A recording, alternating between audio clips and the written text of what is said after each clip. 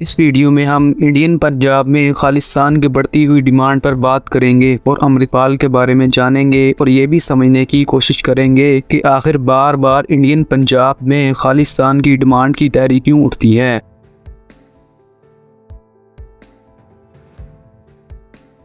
امرت پال ایک 30 سال کا نوجوان ہے جو انڈیا میں ایک جماعت جس کا نام وارث پنجاب دے ہے اس پارٹی کا لیڈر ہے۔ واقعہ کچھ یوں ہے کہ امرت پال کے ساتھی جس کا نام لوپریت سنگھ طوفان ہے اس کو پولیس نے دنگے فساد مار پیٹ کے الزام نے گرفتار کر لیا تھا۔ امرت پال کا کہنا تھا کہ لوپریت سنگھ بے قصور ہے لہٰذا اسے رہا کیا جائے، لیکن جب پولیس نے اسے رہا نہیں کیا تو 24 فروری کو امرت پال نے اپنے سپورٹرز کے ساتھ پولیس اسٹیشن کے باہر اپنی طاقت کا مظاہرہ کیا۔ اسی دوران پولیس اہلکاروں اور مظاہرین کے درمیان جھڑپ ہوئی جس میں پولیس اہلکار اور مظاہرین زخمی ہوئے۔ پولیس کا کہنا تھا کہ مظاہرین اپنے ساتھ گرو گرنتھ صاحب لائے ہوئے تھے، اسی لیے گرو گرنتھ صاحب کے تقدس کو مد نظر رکھتے ہوئے وہ مظاہرین کے خلاف سخت ایکشن نہیں لے سکے۔ بہرحال اگلے دن لوپریت سنگھ طوفان کو رہا کر دیا جاتا ہے۔ رہائی کے بعد لوپریت سنگھ طوفان ایک ٹی وی چینل کو انٹرویو دیتے ہوئے پہلے تو مظاہرین کا شکریہ ادا کرتا ہے، پھر ساتھ ہی خالصتان کی بھی ڈیمانڈ کر دیتا ہے۔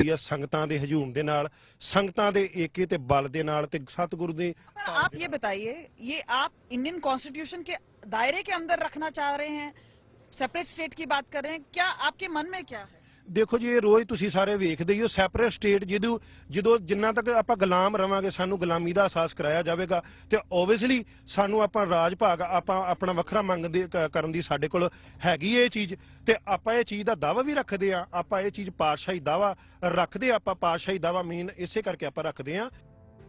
لیکن سوال یہ ہے کہ آخر سکھوں کو خالصتان سے اتنا کیوں لگاؤ ہے اور سکھ کمیونٹی خالصتان کی مانگ کیوں کرتی ہے، اور ایسی کیا وجوہات ہیں جو سکھوں کو بار بار خالصتان ملک بنانے کی طرف اکساتی ہیں۔ دراصل آج سے تقریباً 39 سال پہلے انڈین آرمی نے سکھوں کی سب سے مقدس جگہ گولڈن ٹیمپل پر دعویٰ بول دیا، جس میں سکھوں کے مذہبی رہنما سنت جرنیل سنگھ بھنڈراوالا اور انڈین آرمی کے درمیان 10 دن تک لڑائی جاری رہی۔ 10 دن کی اس لڑائی میں سنت بھنڈراوالا سمیت اس کے 554 کے قریب ساتھی مارے گئے اور دوسری طرف انڈین آرمی کے بھی 700 کے قریب اہلکار قتل ہوئے۔ اس آپریشن کو بلیو سٹار آپریشن کہتے ہیں۔ لیکن سوال یہ ہے کہ آخر بلیو سٹار آپریشن کیوں سٹارٹ ہوا اور بھنڈراوالا اتنے پاورفل کیسے بنا کہ اس نے اسٹیٹ کو ہی چیلنج کر دیا، اور انڈین آرمی نے بھنڈراوالا کے خلاف آپریشن کیوں کیا جبکہ بھنڈراوالا نے تو کبھی خالصتان ملک کی ڈیمانڈ نہیں کی۔ جی ہاں، آپ نے صحیح سنا، سنت جرنیل سنگھ بھنڈراوالا نے خالصتان کی ڈیمانڈ نہیں کی تھی، بلکہ بھنڈراوالا کا تو کہنا تھا میں خالصتان کی نہ حمایت کرتا ہوں اور نہ اس کے خلاف ہوں۔ بہرحال اندرا گاندھی اگر مجھے دینا چاہے تو انکار نہیں کروں گا۔ تو پھر آخر لڑائی کس بات کی تھی اور اتنا خون کس مقصد کے لیے بہایا گیا، اس کو سمجھنے کے لیے ہمیں تاریخ کا مطالعہ کرنا پڑے گا۔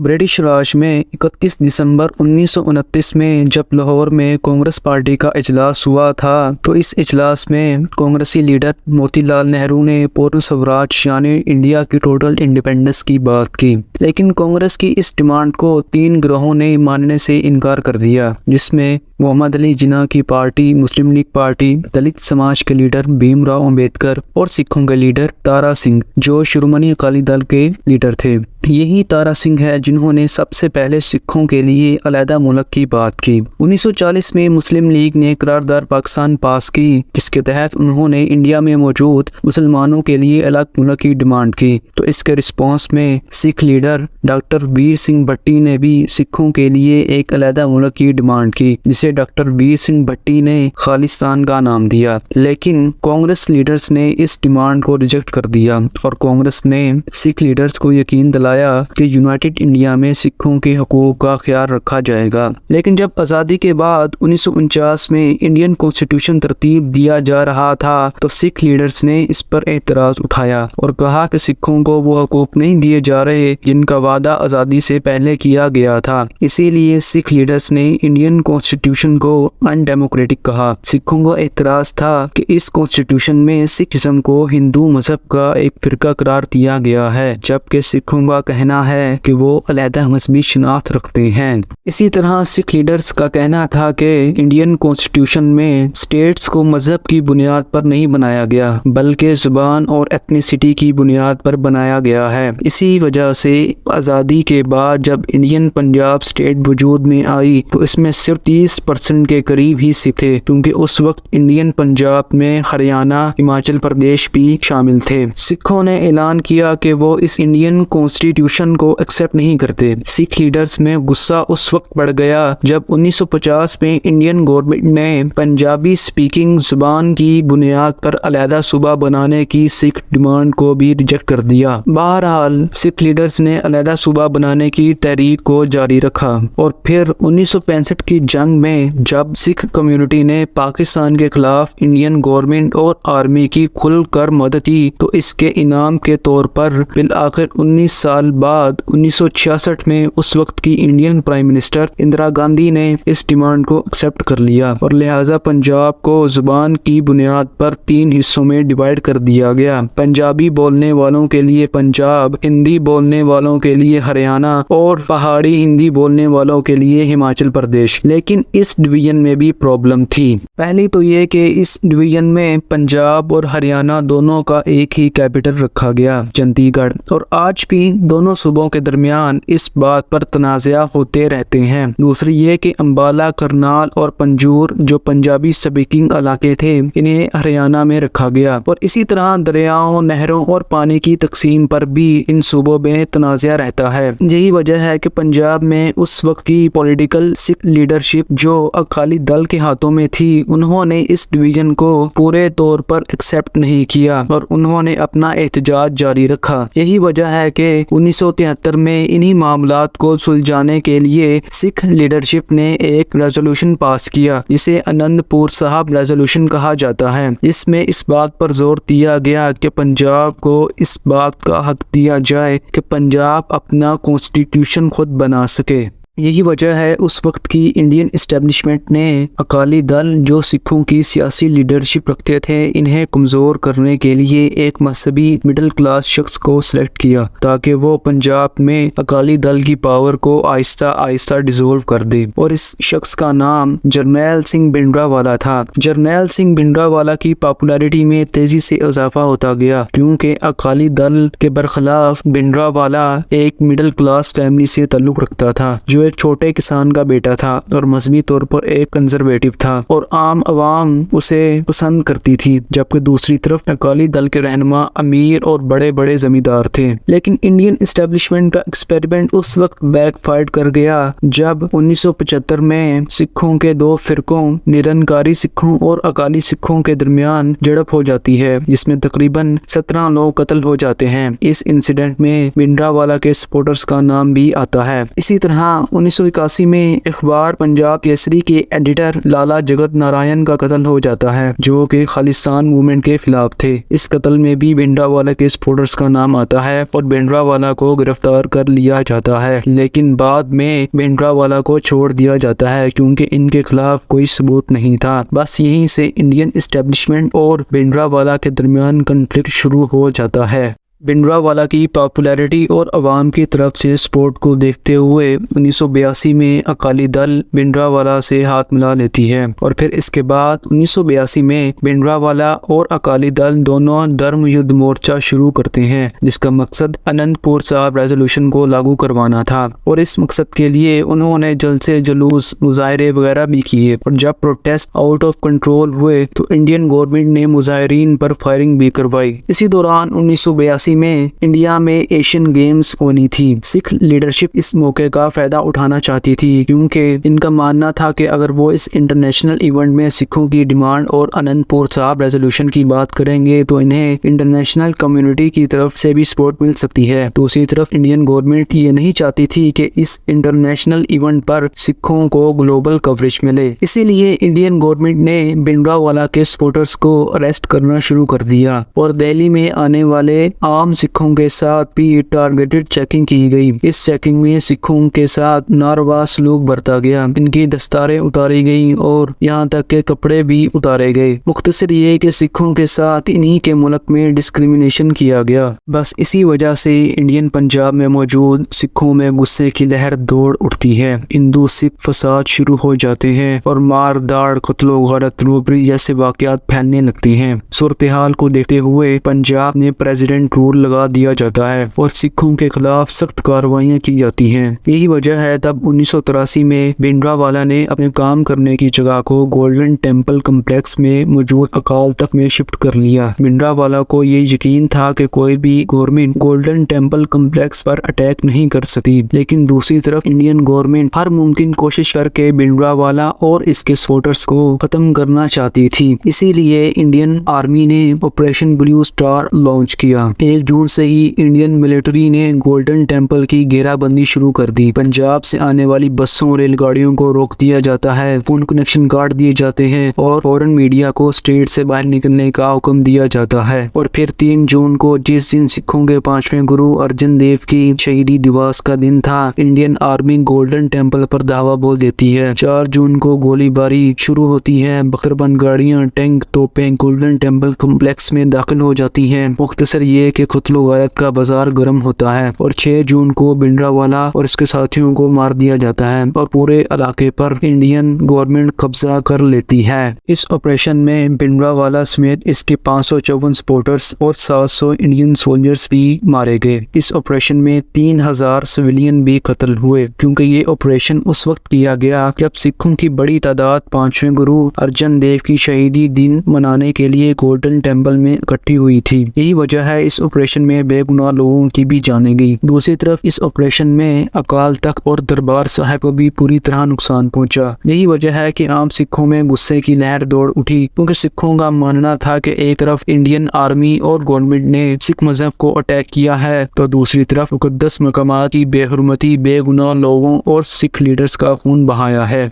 ब्लू स्टार ऑपरेशन के बाद इंडियन आर्मी में भी बगावत शुरू हो गई। एक रिपोर्ट के मुताबिक 4000 सिख सोल्जर्स ने इंडियन आर्मी के खिलाफ बगावत कर दी थी। बहुत सारे सिख MPs, MLAs ने इस्तीफा दे दिया और फिर ऑपरेशन ब्लू स्टार के बाद इंडियन गवर्नमेंट ने ऑपरेशन वुडरोज करवाया, जिसका मकसद सिख कम्युनिटी के प्रोटेस्ट को कुचलना था। इसमें सिख लीडर्स को अरेस्ट किया गया, इंडियन सिख स्टूडेंट फेडरेशन को बैन कर दिया गया और भिंडरावाला के सपोर्टर्स को चुन चुन कर कत्ल किया गया। और मामला उस वक्त संगीन हुआ जब ब्लू स्टार ऑपरेशन के 4 महीने बाद 31 अक्टूबर 1984 को इंदिरा गांधी को इन्हीं के 2 सिख बॉडीगार्ड्स ने कत्ल कर दिया। इंदिरा गांधी के कत्ल के बाद पूरे इंडिया में एंटी सिख दंगे फसाद शुरू हुए, जिसमें 8000 बेगुनाह सिखों को कत्ल कर दिया गया। अकेले दिल्ली में 100 से ज्यादा गुरुद्वारे जला दिए गए। सिख औरतों के साथ रेप, लूट मार और तशद्दुद के केसेस में रिकॉर्ड इजाफा हुआ और इस तमाम एक्टिविटीज के अंदर हिंदू मौजूद थे। और दूसरी तरफ ना तो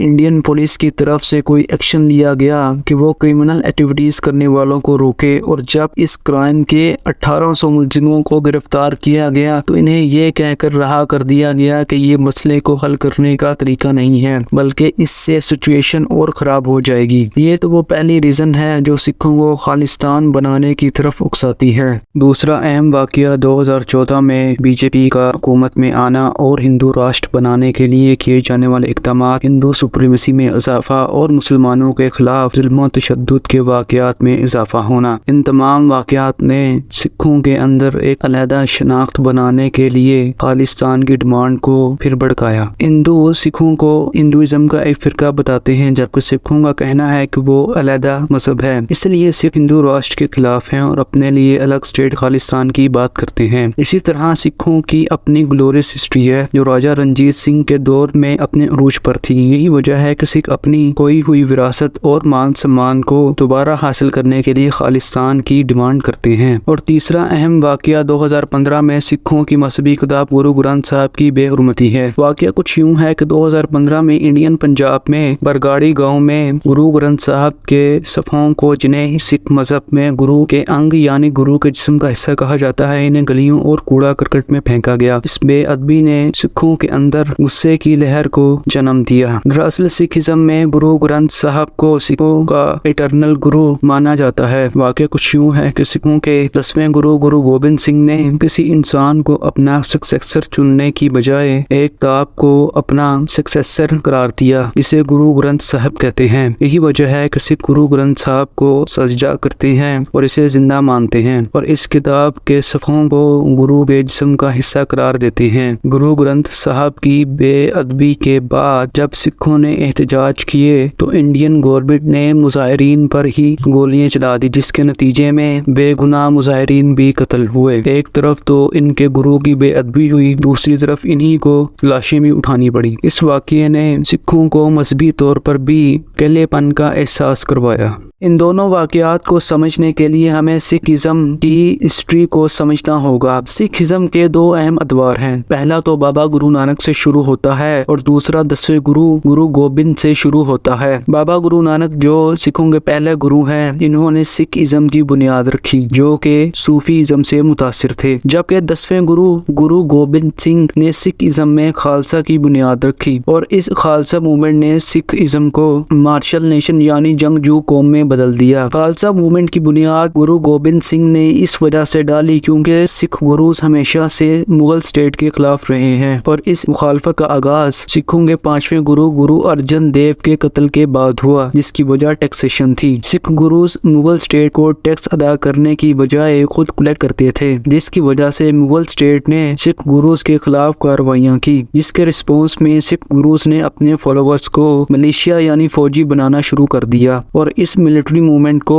10ویں گرو گرو گوبند سنگھ نے پراپر مذہبی موومنٹ بنا دیا، جسے خالصہ موومنٹ کہتے ہیں۔ اور اسی خالصہ موومنٹ کے نام پر اور اسی خالصہ موومنٹ کی وجہ سے سکھ ہندو راشٹر کی مخالفت کرتے ہیں، کیونکہ سکھوں کا کہنا ہے کہ وہ اپنی ایک علیحدہ مذہبی شناخت اور کلچرل ویلیوز رکھتے ہیں، اور اسی خالصہ موومنٹ کے نام پر سکھ اپنا علیحدہ کنٹری چاہتے ہیں جسے خالستان کہتے ہیں۔ چوتھا اہم ایشو پنجاب میں ڈرگ ابیوز ہے۔ ایک رپورٹ کے مطابق پورے انڈیا میں اسٹیٹ وائز سب سے زیادہ نشہ پنجاب میں کیا جاتا ہے۔ سکھوں کا کہنا ہے کہ انڈین ایجنسیز سکھ نوجوانوں کو نشہ لگوا کر سکھوں کی جنریشن کو تباہ کر رہی ہے۔ اسی طرح ایک نئی رپورٹ کے مطابق اب کشمیر میں ڈرگ ابیوز پنجاب سے بھی زیادہ ہے۔ یاد رہے کہ انڈیا میں یہی دو اسٹیٹس ہیں جو غیر ہندوؤں کی اکثریت والے علاقے ہیں، یہی دو اسٹیٹس ہیں جو انڈیا سے سیپریٹ ہونے کے لیے سب سے زیادہ کوشش کرتے ہیں۔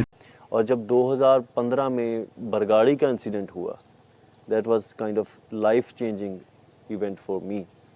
اس کے بعد میری زندگی جو تھی وہ طریقہ اس کا بدل گیا۔ برگاڑی میں جو بے ادبی ہوئی تھی، وہاں پہ بے ادبی ہوئی، اس کے بعد جو ریئیکشن ہوا اس کے بعد گولیاں چلی اور ایک چین آف ایونٹ شروع ہو گئی وہاں سے، اور بے ادبی بھی لگاتار ہوتی رہی، اور اس نے ہمارا لائف میرا اکیلے کا نہیں، بہت سے یوتھ کا لائف جو ہے چینج کر دی۔ اس سے پہلے پنجاب ایک کلچرل جینوسائڈ سے نکلا، ایک فزیکل جینوسائڈ سے، کلچرل جینوسائڈ سے، پھر ڈرگ ایپیڈیمک پنجاب میں ابھی بھی چل رہا ہے جو بہت بڑے لیول پہ۔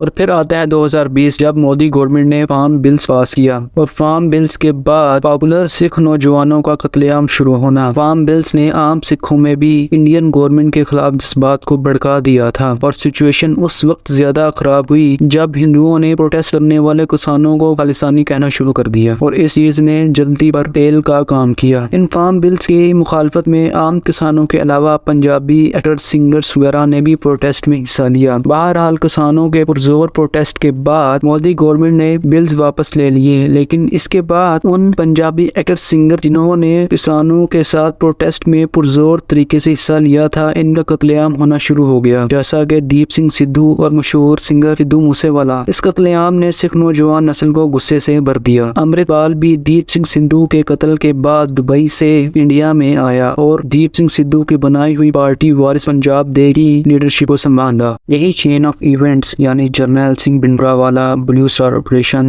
اندرا گاندھی کا قتل، دہلی میں سکھوں کا قتل عام، ہندو راشٹر ورسز خالستان، گرو گرنتھ بے ادبی، 2020 میں کسان بلز، پنجاب میں بے روزگاری، نشے کا سرعام استعمال، پاپولر نوجوان سکھوں کا قتل عام، پولیٹیکل کرائسس اور سکھوں کے آئیڈینٹی کرائسس، یہ تمام واقعات ہیں جو سکھوں کو ایک علیحدہ خالستان ملک بنانے کے لیے اکساتے ہیں۔ اگر آپ امرت پال کی ویڈیوز کو دیکھیں تو آپ پائیں گے کہ وہ انہی پوائنٹس کو ہائی لائٹ کرتا ہے۔ اگر آپ کو یہ ویڈیو اچھی لگی ہو تو اس کو لائک اور شیئرز کریں اور اپنی رائے کے بارے میں ضرور بتائیں کہ آپ کا اس ویڈیو کے بارے میں کیا رائے ہے۔ میں امید کرتا ہوں کہ آپ کو یہ ویڈیو پسند آئی ہوگی۔ اگر آپ کو یہ ویڈیو پسند آئی ہو تو ہمارے چینل کو لائک اور شیئر کریں اور سبسکرائب کریں تاکہ آپ مزید ایسی ویڈیوز دیکھ سکیں۔